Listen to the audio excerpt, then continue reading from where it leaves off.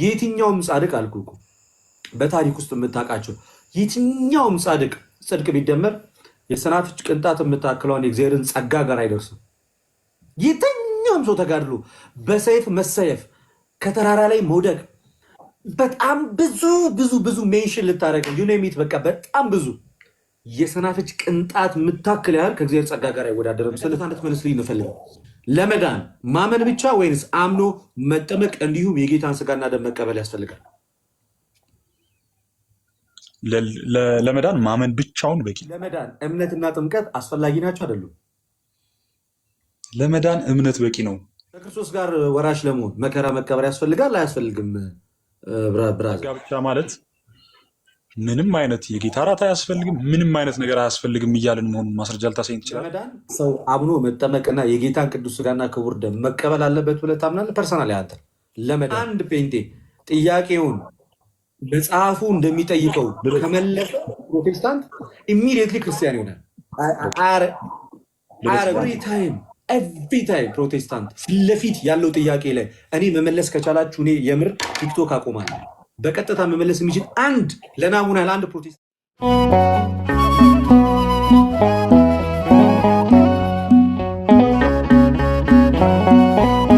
ልጠይቅህ አንዴ፣ ድህነትን ለመፈጸም ስትል ማለት ነው?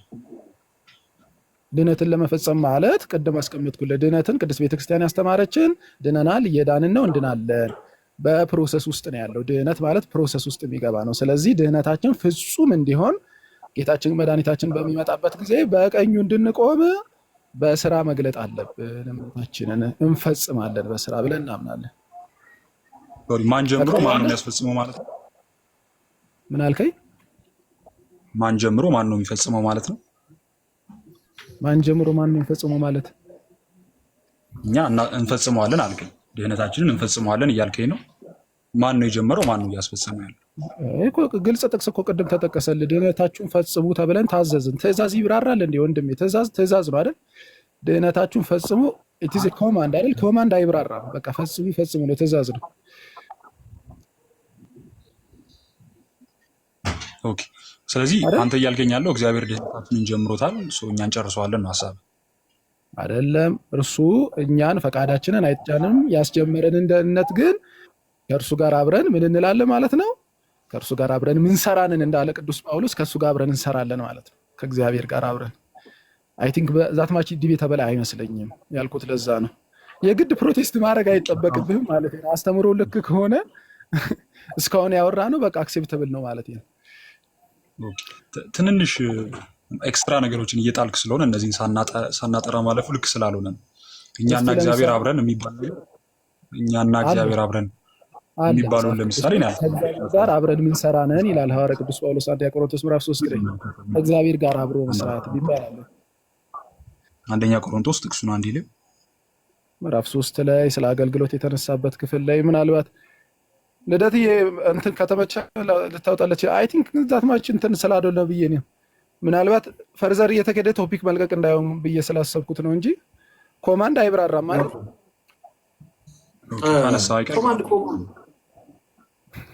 ለዛ ብዬ ነው። አዎ ድህነታችሁ ፈጽሙ በቃ ትእዛዝ። እኛና እግዚአብሔር ድህነታችንን እስቲ ተባብረን እንደምናስፈጽመው አንደኛ ቆሮንቶስ ስንት ነው ያልከኝ? እንዲህ ልንገርህ አዳምጠኝ። ሮሜ ላይ ሂድልኝ። ሮሜ ከኔ ጋር እንቀጥል። አንደኛ ቆሮንቶስ ያለኝን ሳይነግረኝ ብዙ ባልሄድ ይኸውልህ ንገረውና ወደዚህኛው መሄድ እንችላለን። እናቴ ችግር የለም። እሺ ቀጥሎ። እኔ አወጣልሃለሁ። አሁን መጽሐፍ ቅዱስ እጄ ላይ ስለሌለ አወጣልህ። ቆይ ቀጥሎ እናንተ። ሮሜ 8 ላይ እንደዚህ ይላል ወንድማችን። ግልጽ የሆነ ነገር ላሳየህ አሁን እየተወራ ስላለው ነገር። ኦኬ የእግዚአብሔር ልጆች መሆናችን ያ መንፈሱ ከመንፈሳችን ጋር ምን ይላል? ይመሰክራል። ወንድሜ አብራው ሚዩትህንና ያ መንፈሱ የእግዚአብሔር ልጆች መሆናችን ያ መንፈሱ ከመንፈሳችን ጋር ምን ይላል? ይመሰክራል። የእግዚአብሔር ልጆች ከሆንን ደግሞ አለ የእግዚአብሔር ልጆች ከሆንን ወራሾች ደግሞ ነን ይላል። ማለት የእግዚአብሔር ወራሾች ነን። አብረን ደግሞ እንድንከብር ይላል። አብረን ምን እንድንል? አብረን እንድንከብር፣ አብረን መከራ ብንቀበል አለ ከክርስቶስ ጋር አብረን ወራሾች ነን አለ። ከማን ጋር ነው መከራ ብንቀበለው?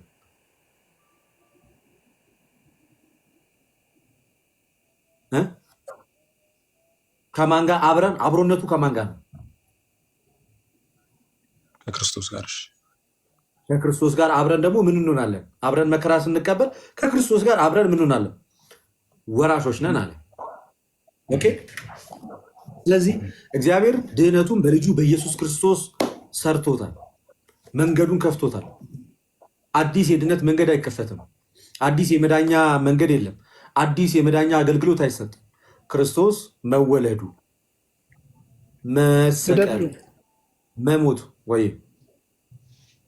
እሺ፣ አይ እንትኑን እሺ፣ ቴንክ ዩ። አይ እንትኑን ሐሳቡን አንዴ ላንሳለትና እንትኑ ምንድነው ቅድም የተነሱት ሐሳቦች ዛትማች የሚሄዱ አይደለም ያልኩበት ምክንያት ከዛ አንፃር ነው። ለምሳሌ አንድ ቆሮንቶስ ምዕራፍ ምክንያቱም ቀጥታ የወለም ወደ ኤግዛክት ወርድ ፋላሲ እንዳንሄድ የመሄድ ነገር ስላለ አንድ ቆሮንቶስ ምዕራፍ 3 ቁጥር 8 ላይ ይናገራል የእግዚአብሔር ቃል። እንዲሁም ቁጥር 9 ላይ ያለውን ለአንብበው ካስፈለገ አቤ ለአንብበው። የእግዚአብሔር እርሻ ናችሁና የእግዚአብሔር ሕንፃ ናችሁ፣ ከእርሱ ጋር አብረን የምንሰራ ነን ይላል።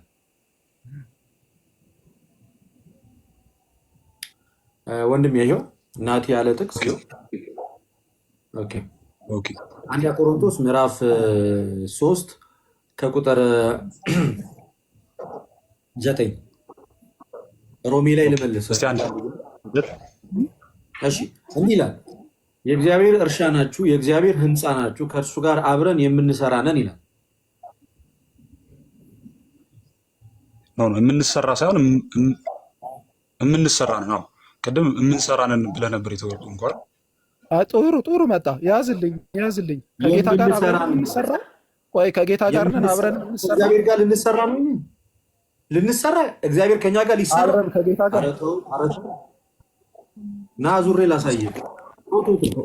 ከጌታ ጋር አብረን አዙሬ ላሳየህ። ኢትስ ፋይን ኖ ወሪ አያሳስብም። ከጌታ ጋር አብረን የምንሰራ ብለህ መተርጎም በጣም ከባድ ነው። ቃሉ ምንድን ነው የሚለው? ናት እዚህ ጋር ብለርድ ከእሱ ጋር ትንሽ ብለርድ ሆኗል።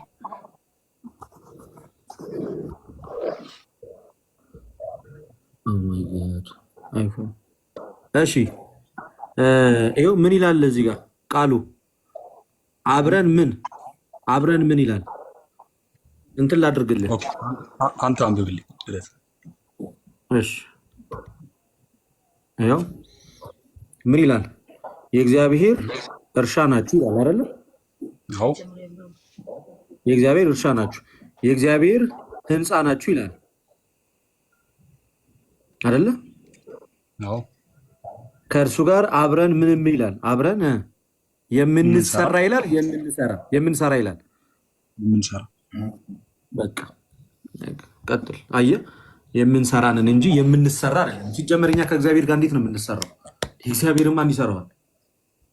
አጠቃላይ ጥያቄው ቆይ አቤ ይቅርታ፣ እሺ ስላቋረጥኩ ይቅርታ ወንድሜ። አጠቃላይ ሀሳቡ ግን የቆሮንቶስ መጽሐፍም ሀሳብ ምንድን ነው? ከእሱ ጋር ለምንድን ነው አብረን የምንሰራው ያሉት? የእግዚአብሔር እርሻ ስለሆናችሁ፣ ሕንፃ ስለሆናችሁ። ለምን?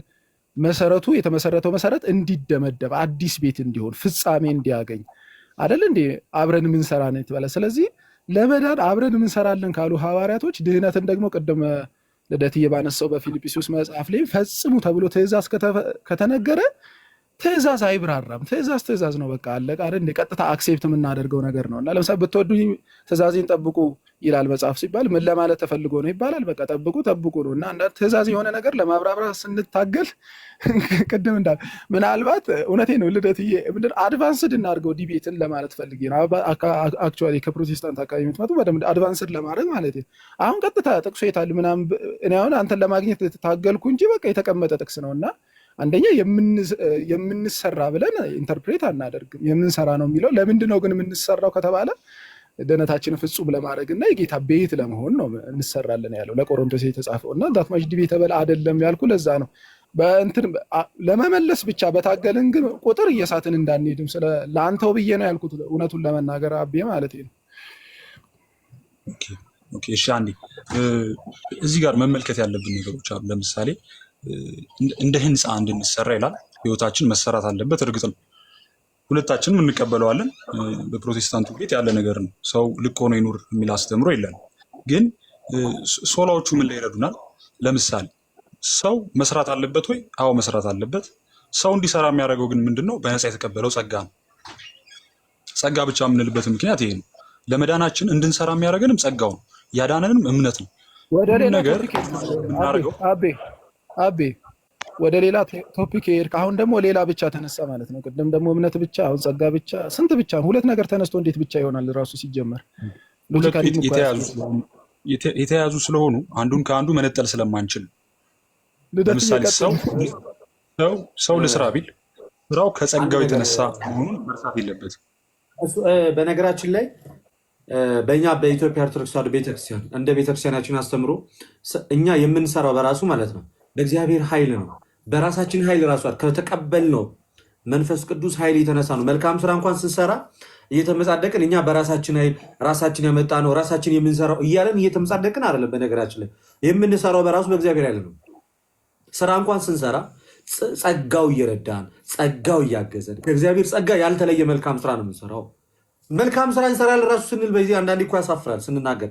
በእርግጥ ማንነታችንን ስለምናውቀው እግዚአብሔር በጣም በቸርነቱ እየረዳን፣ እግዚአብሔር በጣም በረድኤት ከኛ ጋር እየሆነ በጣም በጣም በጣም እሱ አቅምና ጉልበት እየሆነ ነው ስንሰራ እንኳን በጣም በቆሸሻ አንደበት እንደዛ ስንናገር ያ ሁሉ ነገር ሲሆን እኮ የእግዚአብሔር ጸጋ ከኛ ጋር ሆኖ ነው ስንሰራ ራሱ እንጂ ከጸጋ የተለየ ስራ የለም። በኢትዮጵያ ኦርቶዶክስ ተዋሕዶ ቤተክርስቲያን መልካም ስራ ስንሰራ የኛ ስራ ብቻ ይቆጠራል እያለን ሳይሆን በእጅጉ በጣም የትኛውም ጻድቅ አልኩ እኮ በታሪክ ውስጥ የምታውቃቸው የትኛውም ጻድቅ ጽድቅ ቢደመር የሰናፍጭ ቅንጣት የምታክለውን የእግዚአብሔርን ጸጋ ጋር አይደርስም። የትኛውም ሰው ተጋድሎ በሰይፍ መሰየፍ፣ ከተራራ ላይ መውደቅ፣ በጣም ብዙ ብዙ ብዙ ሜንሽን ልታደረግ ዩኔሚት በቃ በጣም ብዙ የሰናፍጭ ቅንጣት የምታክል ያህል ከእግዚአብሔር ጸጋ ጋር አይወዳደርም። ስልህ ዳት ማች የእግዚአብሔር ጸጋ ብዙ ነው።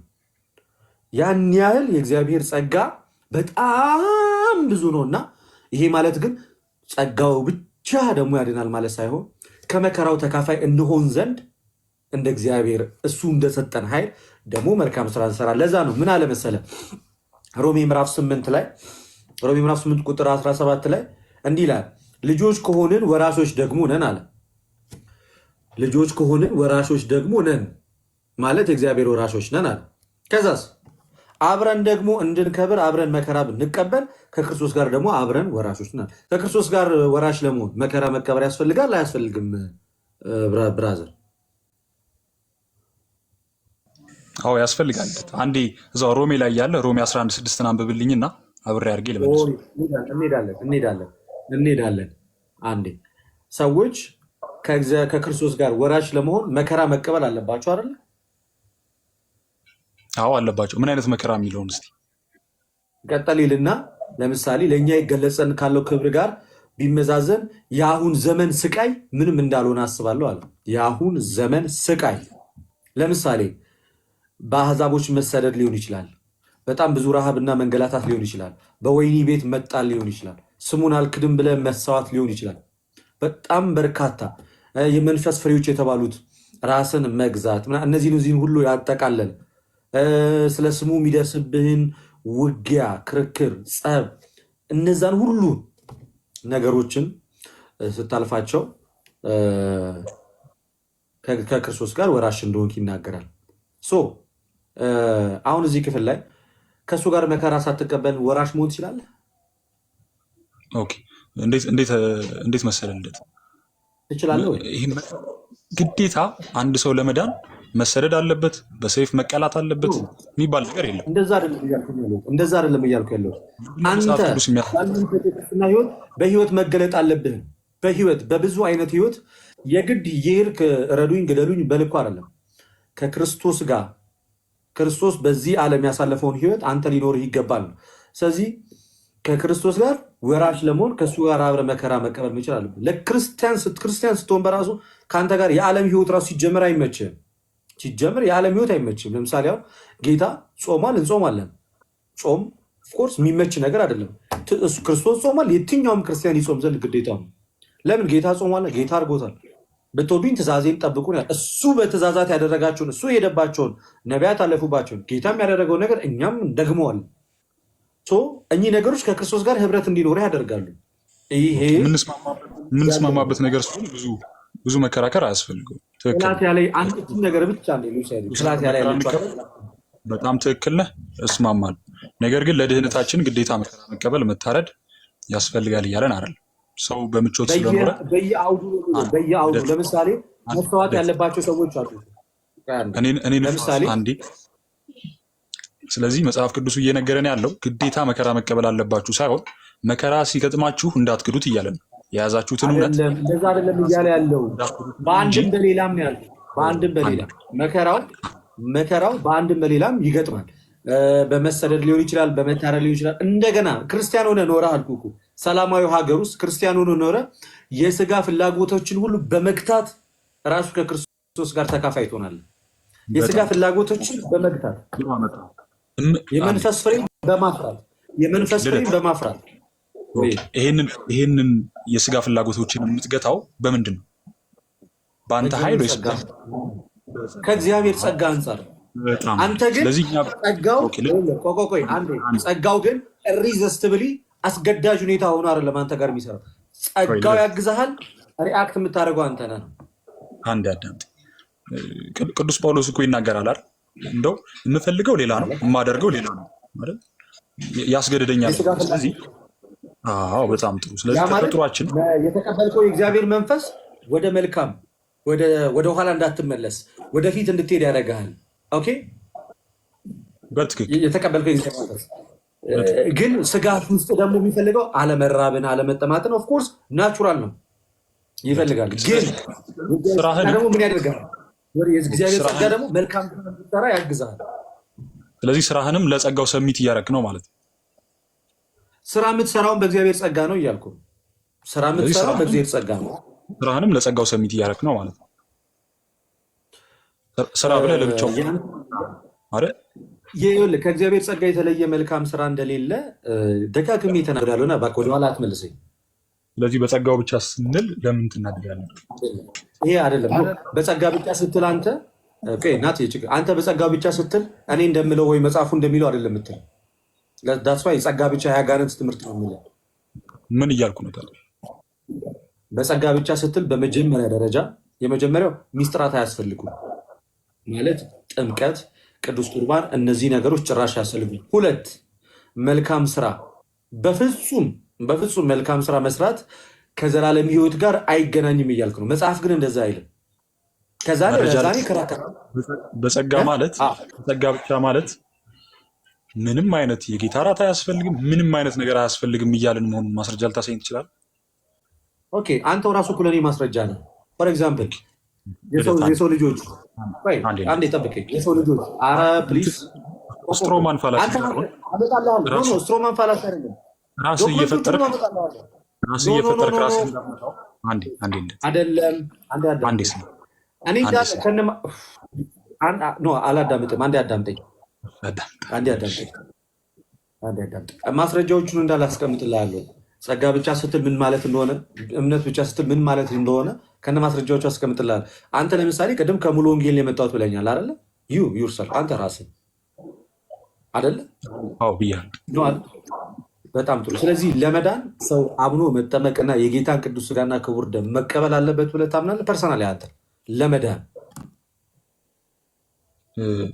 ኦኬ፣ እሺ፣ እንትኔን ላብራራልህ። እንዴት ትንሽ እዚህ ጋር ነው ማንግባባ። ስማኝ፣ ልመልስልህ። አንድ ሰው ባመነ ሰዓት ድኗል። ድህነቱን ግን እየመሰከረ መኖር አለበት።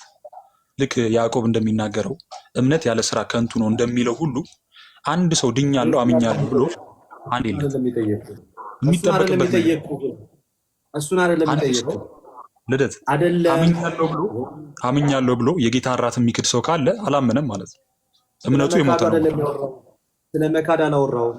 አየህ፣ ኤቭሪ ታይም ፕሮቴስታንት ፊት ለፊት ያለው ጥያቄ ላይ እኔ መመለስ ከቻላችሁ እኔ የምር ቲክቶክ አቆማለሁ። በቀጥታ መመለስ የሚችል አንድ ለናሙና ለአንድ ፕሮቴስታንት አላገኘሁም። ከቅድም ጀምሮ ላይ ብላያል። ጥያቄውን በቀጥታ ስትሬት ፎርዋርድ ጥያቄውን አግኝቶት ለጥያቄ መልስ የሚሰጥ ፕሮቴስታንት ካለ እኔ ይቀጣል። ክርስቶስ ምስክሬ ነው። እኔ ቅዱስ ቁርባንን የካደ አላልኩ። አንድ እዛ ጋር አልደረስኩኝም። አንድ ሁለተኛ አለመስራት ምናምን እዛ ጋም አልደረስኩኝም። የኔ ጥያቄ በጣም ቀላል በጣም ፕሪሳይዝ የሆነ ጥያቄ ነው። በቀጥታ እንድትመልስልኝ እንፈልገው። ለመዳን ማመን ብቻ ወይንስ አምኖ መጠመቅ እንዲሁም የጌታን ስጋና ደም መቀበል ያስፈልጋል? ለመዳን ማመን ብቻውን በቂ ነው። ኤግዛክትሊ ዳትስ ዋይ እኮ ምልህ ታዲያ ምንድን ነው ጸጋ ብቻና እምነት ብቻ የሚሉት ትምህርት አጋንንታዊ ናቸው የምንላቸው ከሚስጥራት ስለሚለዩን፣ ጥምቀት አያድንም ስለምትሉ፣ የጌታ ስጋና ደም የዘላለም ሕይወት አይሰጥም ስለምትሉ ዳትስ ዋይ ጸጋ ብቻና ትምህርት እየተቃወሙ ያለ ነው። ይኸው ራስ መሰከር ማስረጃ እንዳብራራ ትፈቅድልኛል? ትንንሽ ጥያቄዎች ልጠይቅህና በዚሁ ላብራራለህ። ለምሳሌ ሰውን እወዳለሁ ትላለህ፣ ሰውን አፈቅራለሁ ትላለህ አይደል? እሺ፣ ፍቅር በምን ይገለጻል? መጽሐፍ ቅዱስ እንደሚለው ፍቅር ይታገሳል፣ ቸርነትን ያደርጋል እያለ የፍቅርን ባህሪያት ይዘረዝራል አይደል? አይደል? ልክ እንደዚሁ ሁሉ እኛ እንዴት ነው የምናምነው? መታገስ፣ ቸርነት ማድረግ፣ የራሱ የሆነውን አለመፈለግ የፍቅር ባህሪያት እንደሆኑ ሁሉ መጠመቅ፣ የጌታን እራት መውሰድ፣ ለሰዎች ሁሉ መልካም መሆን፣ መልካምን ስራ መስራት የእምነት ባህሪዎች ናቸው። ፍቅር ስትል ሁሉን ነገር ያካተተ እንደሆነ ሁሉ እምነት አንድ ያስጨርሰኝ። እምነት ስትል ደግሞ ያመነ ሰው ሊኖር የሚገባበት ያኗኗር ዘይቤ ያለው ልክ ቅዱስ ያዕቆብ እንደሚገልጸው ማለት ነው።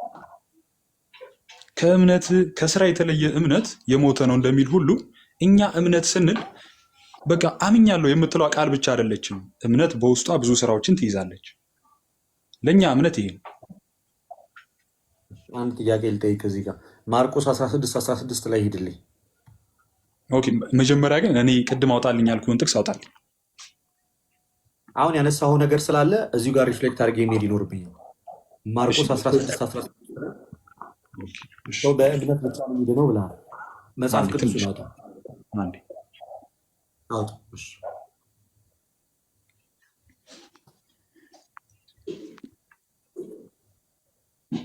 አይስ ዌር ቱ ጋር እላችኋለሁ። ፕሮቴስታንት ጥያቄውን በቀጥታ የመለሰ ቀን ለጌታ ቃል እጅ ይሰጣል። በቀጥታ የመለሱ ቀን ክርስቶስ ምስክር ነው። አንድ ጴንጤ ጥያቄውን መጽሐፉ እንደሚጠይቀው ከመለሰ ፕሮቴስታንት ኢሚዲየትሊ ክርስቲያን ይሆናል። አያረጉትም።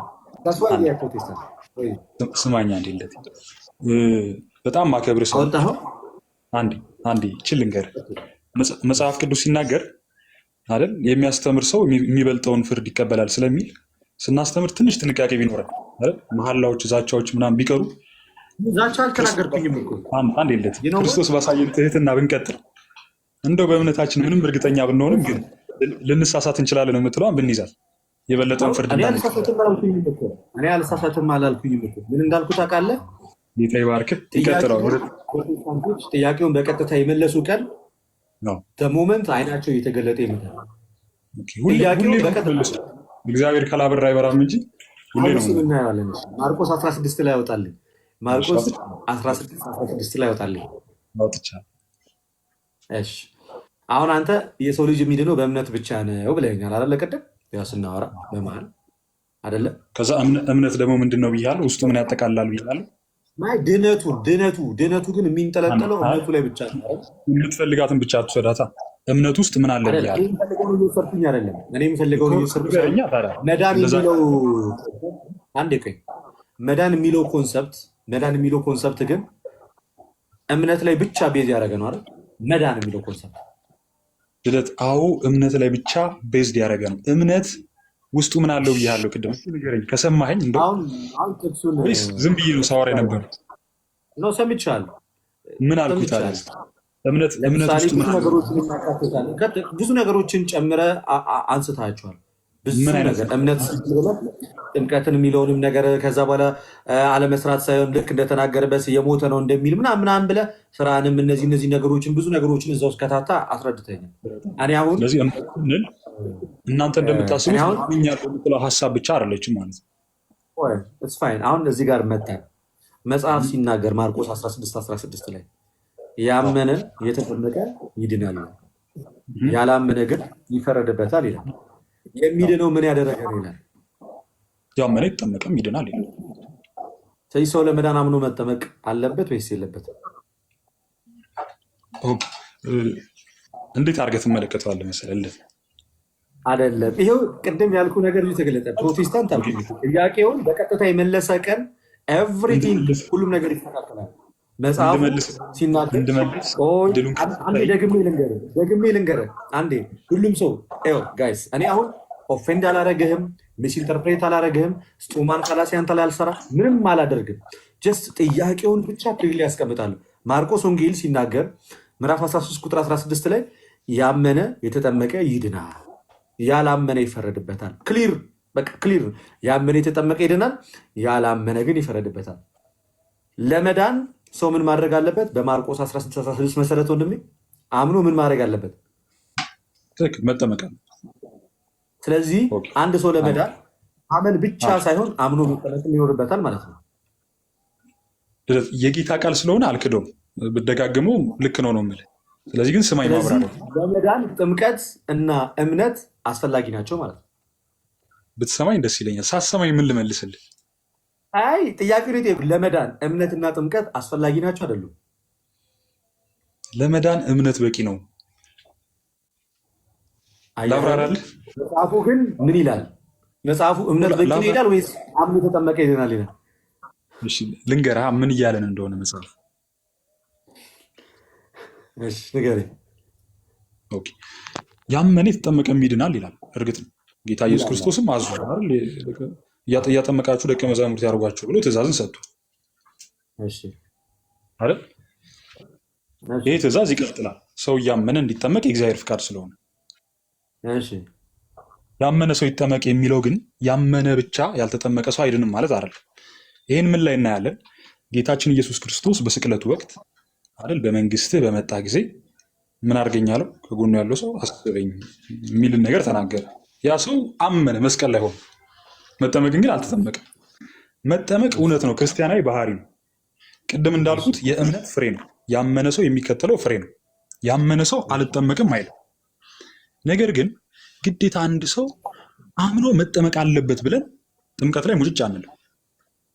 መጽሐፉም እኮ አይልም እንደዚህ ግዴታ ያመነ ሰው ግዴታ ተጠምቆ የዛኔ ነው የሚድነው አይልም። ነገር ግን መጽሐፍ ቅዱስ ደስ በሚል ሁኔታ የሚነግረን በእምነት መዳናችንን በእምነት ጸጋውን መቀበላችንን ይነግረናል። አንዳንድ ቦታዎች ላይ ግን እውነት ነው እምነት በጥምቀት መገለጥ አለበት ይላል፣ እንስማማለን። እምነት በስራ መገለጥ አለበት ይላል፣ እንስማማለን። ምክንያቱም ጥምቀትም ስራም በለው የእምነት ፍሬዎች ናቸው። ናገራው አዎ አላስወራኸኝም እንዳትለኝ ብዬ ነው ጸጥ ብዬ ስሰማ የነበረው። እኔ አንድ ጥያቄ ነው። ዛሬም ነገም ከነገ ወዲያም ቻሌንጅ አደርጋቸዋለሁ ፕሮቴስታንቶች። አይ ስዌር ቱ ጋድ ክርስቶስ ምስክሬ ነው። በቀጥታ ጥያቄ አትመልሱም። ከመለሳችሁ እውነት ሁሉ ይገለጣል። እውነት ግልጥ ነው የምትለው። ይሄንን ከቅድም ጀምሮ ስናገረው ነበር። ይህንን ጥያቄ ማርቆስ 16 ሰው ለመዳን ማመን ብቻ ነው የሚያስፈልገው ወይንስ ለመዳን አምኖ መጠመቅ?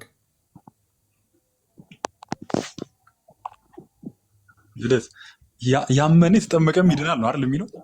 ግዴታዬን ከውን ይላል፣ ግዴታ ተጠመቅ ይላል። ስለዚህ ለመዳን ነው። ስለዚህ ቃሉ ተናገረ፣ የጌታ ቃል መጽሐፍ ቅዱስ ወደዚህ ባላለ መንገድ ያመነ የተጠመቀ ይድናል አለ። ሰው ለመዳን አምኖ መጠመቅ አለበት የለበትም? እንደ ሪኳየርመንት አላስቀመጠውም። አንተ ለምንድን ነው እንደ ሪኳየርመንት እያስቀመጥክ ያለው? ሰው ለመዳን አምኖ መጠመቅ አለበት መሰረት ልደት ፖሲቢሊቲ እና ሪኳየርመንት ይለያያል አይደል? እኔ የደገምኩልህ ነው። ደግሞ ፕሮቴስታንት እውነታውን የጌታን ቃል ለመቀበል ልቡን ከከፈተ ለጌታ ቃል ከታዘዘ እውነቱ ይገለጣል። ደግሜ እጠይቅሃለሁ፣ ያመነ የተጠመቀ ይድናል ይላል አይልም? አዎ ይላል።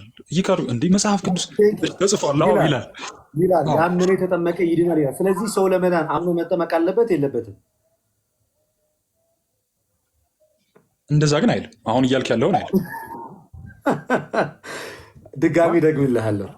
ልደት አንዴ ወደ ራስ ተመለስ። አንዴ በጣም ጥያቄ እኮ ትንሽ ዞር ያለ ጥያቄ አሁን አይደለም። እኔ አዳምጬሃለሁ እኮ ከቅድም ጀምሮ በጣም በትዕግስት አዳምጬሃለሁ። የእኔ ጥያቄ አሁንም ያመነ የተጠመቀ ይድናል ሲል የሚድኑ ሰዎች አምነው ይጠመቃሉ ነው አይደለ?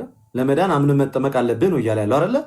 ወንጌል ትሰማለህ፣ ታምናለህ፣ ከዛ አምነህ ስትጠመቅ ትድናለህ እያለ ነው አይደለም? ይህ መጽሐፍ ቅዱስ ክፍል።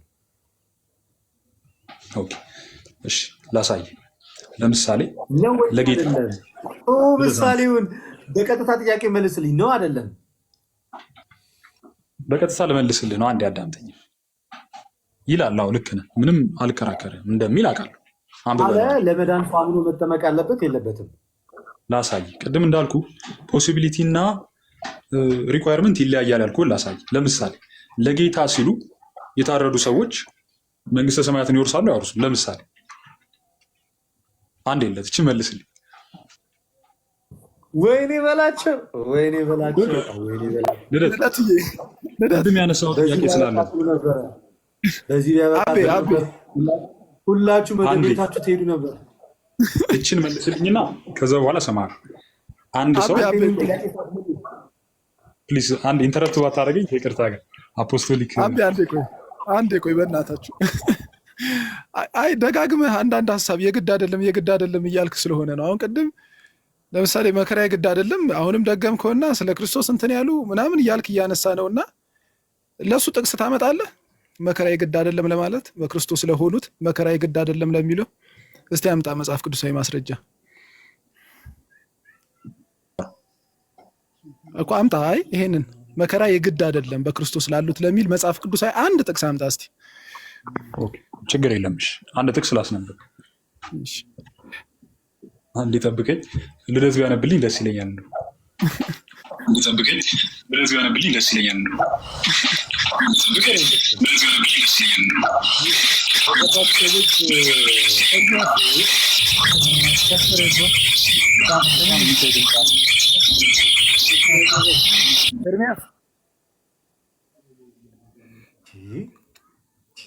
ኢየሱስ ክርስቶስ ልደትዬ ምንድን ነው ልደትዬ? እኔም ግራ ገብቶኛል። ጥቅሱን ሮሜ 11 አገኘሁት። ሮሜ 11:6 ግን ልደት ቢያነብር እሺ፣ የመከራ የግድ አይደለም ለሚለው ማለት ነው። እሺ በጸጋ ከሆነ አረ ወንድም ይወና የጌታ ቃል አይታወቅም። በአክብሮት ታነቡት። በጸጋ ከሆነ ግን አለ ከስራ መሆኑ ቀርቷል። ጸጋ ያለዚያ ጸጋ መሆኑ ቀርቷል። መከራ የግድ አይደለም የሚለው ይሄንን ነው። አቤ ጥቅስ በትክክል ጸጋ ብቻውን። እሺ አቤ አንድ የመጽሐፍ ቅዱስ መከራ አቤ እየሰማኸኝ ነው? አዎ እየሰማሁ። መከራ የግድ መሆኑን እኔ ጥቅስ ላሳይ ከመጽሐፍ ቅዱስ ለክርስቲያን ሁሉ መከራ የግድ መሆኑን ላሳይ። ምን አይነት መከራ ነው? ነገር የለም ላሳይ። እንደው ከእምነት ብቻ የሚያፈርስ ቆይ አውጣ መጽሐፍ ቅዱስ ልጥቀስልህ ጉዳይ ነው። ኖ ለጌታ ስለ መስዋዕት ነበር እያወራን የነበረው እንጂ ሰው ከስጋው ጋር የሚያደርገውን ትግል አይደለም። መከራ እያለኝ ነው። ኖ አላልኩም። አንድ የሚሉት አድርገውና አንተ ካልከው ሀሳብ ጋር በደንብ እምነትን አፍርሶ መከራ እንደውም ጥሩ እንደሆነ የሚያሳይ ክፍል ላስይ። ፊልጵስዩስ ምዕራፍ 1 ቁጥር መከራ ያልተቀበለ ሰው እንደማይድን ነው። ልደትዬ አንድ የፊልጵስዩስ ምዕራፍ 1 እናውጣልኝ። ፊልጵስዩስ ምዕራፍ 1 ከቁጥር 28 ምዕራፍ 1 ቁጥር 28 በአንድ ነገር እንኳን በተቃዋሚዎች አትደንግጡ፣ ይህም ለእነርሱ የጥፋት ለእናንተ ግን የመዳን ምልክት ነው። ይህም ከእግዚአብሔር ነው። ይህ ስለ ክርስቶስ ሰጥቷቸዋል፣ ስለ እርሱ መከራ ደግሞ ልትቀበሉ እንጂ በእርሱ ልታምኑ ብቻ አይደለም። በቃ መከራ ልትቀበሉ እንጂ ልታምኑበት ብቻ አይደለም ነው እንደው የሚለው። ወደ ውይይታችን እንመለስ። ናቲ በጣም ቴንኪዩ which is clear የሆነ ጥቅስ ነው። ቴንኪዩ ናቲ። እና አሁን ወደ ሀሳባችን እንመለስ እና ወንድማችን እኛ ብንስቅ በስልት ባይዜ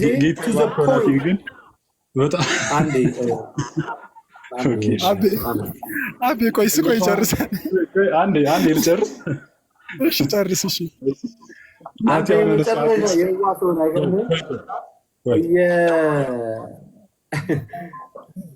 የማይሆን ጥቅሶች እየጠቀስክ ትክክለኛ ስትታረም ትስቅ ጀመር። አሜን ማለት ሲገባ።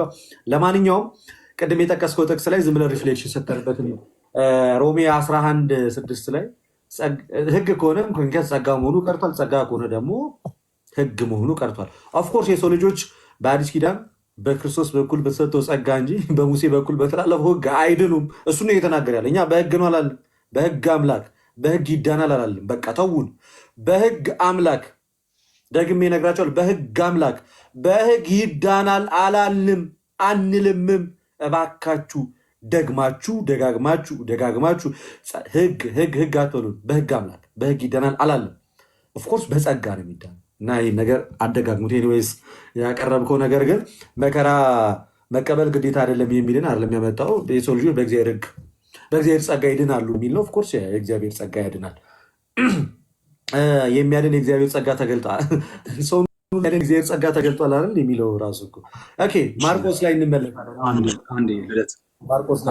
ብዙ ሰማ ሰው ስላለ አንዴ ብቻ ብዙ ደቂቃ እየወሰድኩ እንደሆነ አውቃለሁ። ጌታ ይባርክ ለትዕግስት። አንዴ ግን የምታስወራኝ ቅድም ናቲ ያነሳ ጥቅሳለች።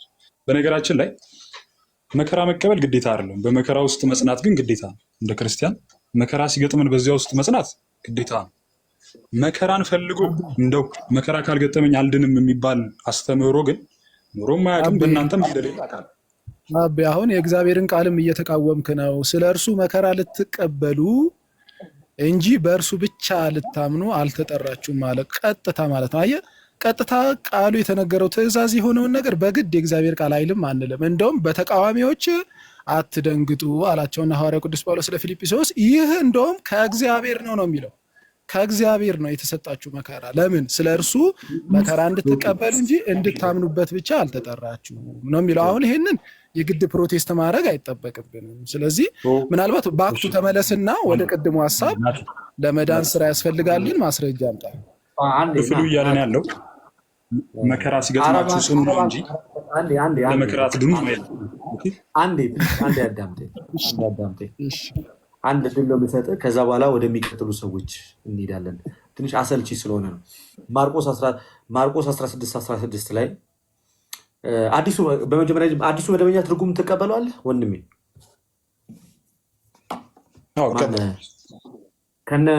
ከነ ማብራሪያው ጽሑፍ ትቀበለዋለህ? ማብራሪያውን ታሳይኝ። ከነማ ማለት የእናንተ ስኮላሮች ናቸው አንድምታ የሰጡበት ወይም ኮሜንተሪ የሰጡበት ታች ላይ ትቀበሏል። እሱ የአዲሱ መደበኛ ትርጉም ማብራሪያን አልተመለከትኩትም፣ ግን እስቲ አንብቡ። ኦኬ እሺ፣ እንደዛ ከሆነ አሁን ወደ ማርቆስ ሀሳብ ልመለስ። አንዴ ነው የምጠይቅህ። ነገሮችን በቀጥታ ያለመመለስ ችግር ያለመመለስ ዝንባሌ የምታሳየኝ ከሆነ በቀጥታ ወደ ማን ነው የሚሄደው ማለት ነው? ቀሲስ ዲበኩሉን ያዩዋቸው ሲገቡ ቀሲስ ዲበኩሉ ካሉ ሰላም ብለውን ቢወጡ በጣም ከታላቅ ይቅርታ ጋር እርስዎን ከሆነ ያየሁት። ለማንኛውም ማርቆስ 16:16 ላይ ያመነ የተጠመቀ ይድናል ይላል አይደል? ይላል። የእግዚአብሔር ቃል ካለ በእግዚአብሔር ቃል መመራት ግዴታችን ነው አይደለም?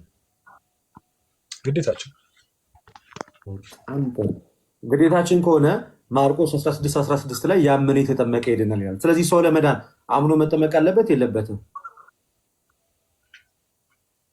እዚህ ጋር እንድመልስ የምትፈልገው ቀጥተኛ መልስ ነው ወይስ አንተ የምትፈልገው መልስ ነው?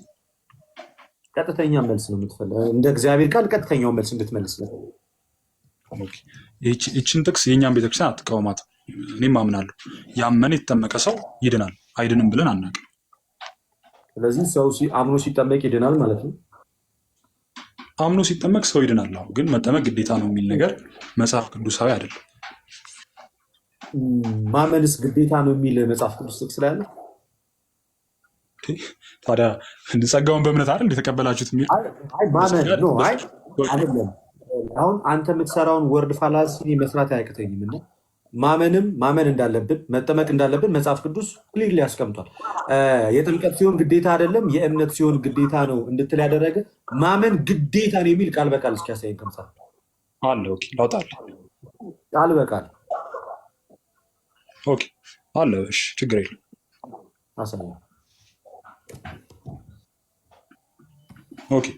እዛው ማርቆስ 16:16 እስቲ አንብቡ። ምን ይላል? ቀጥልልኝ። ያመነ የተጠመቀ ይድናል፣ ያላመነ ግን ይፈረድበታል። ያላመነ ግን ይፈረድበታል። ማመን ግዴታ ነው ማለት ነው።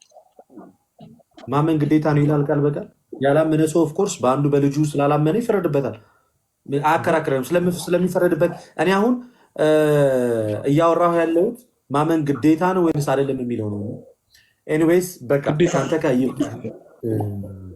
ግዴታ ሆነ አይስዌር ቱ ጋድ በቀጥታ የሚመልስ ፕሮቴስታንት ካለ አልኩኝ እኔ ይህን መነጽር እሸልመዋለሁ። በቃ ይቺን በጣም ሴክስ የሆነች መነጽር እሸልመዋለሁ።